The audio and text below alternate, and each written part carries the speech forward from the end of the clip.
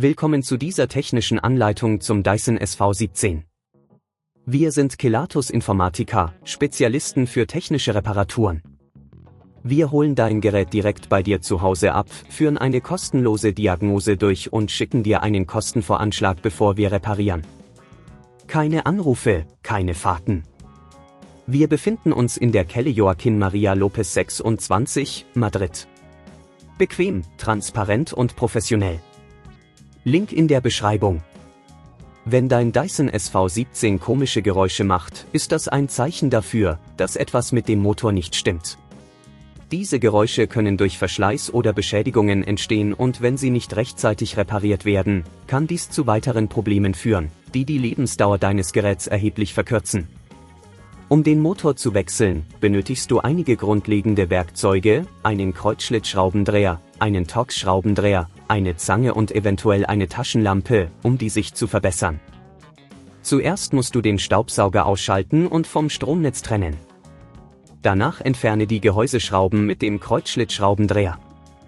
Achte darauf, die Schrauben gut zu lagern, damit du sie später wiederverwenden kannst. Sobald die Schrauben entfernt sind, kannst du das Gehäuse vorsichtig öffnen. Achte darauf, dass du keine Kabel beschädigst. Der Motor ist in der Nähe der unteren Hälfte des Geräts zu finden. Du erkennst ihn an dem typischen Design und den elektrischen Anschlüssen.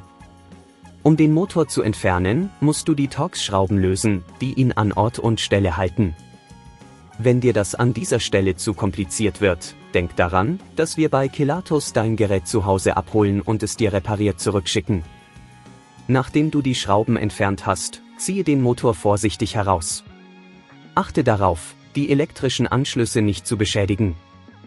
Wenn du den Motor ersetzt, stelle sicher, dass die neuen Anschlüsse festsitzen und ziehe die Schrauben wieder an. Beim Zusammensetzen des Gehäuses achte darauf, dass alles richtig sitzt und keine Teile eingeklemmt sind. Überprüfe zum Schluss, ob alle Schrauben fest angezogen sind und teste den Staubsauger, um sicherzustellen, dass er wieder normal funktioniert. Um zu vermeiden, dass dieses Problem erneut auftritt, solltest du deinen Dyson regelmäßig reinigen und die Filter gemäß den Anweisungen des Herstellers wechseln.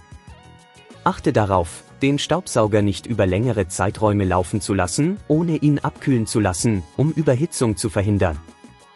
Wenn du kein Risiko eingehen willst, bei Kelatos holen wir dein Gerät ab, reparieren es und liefern es dir nach Hause, deutschlandweit. Link in der Beschreibung.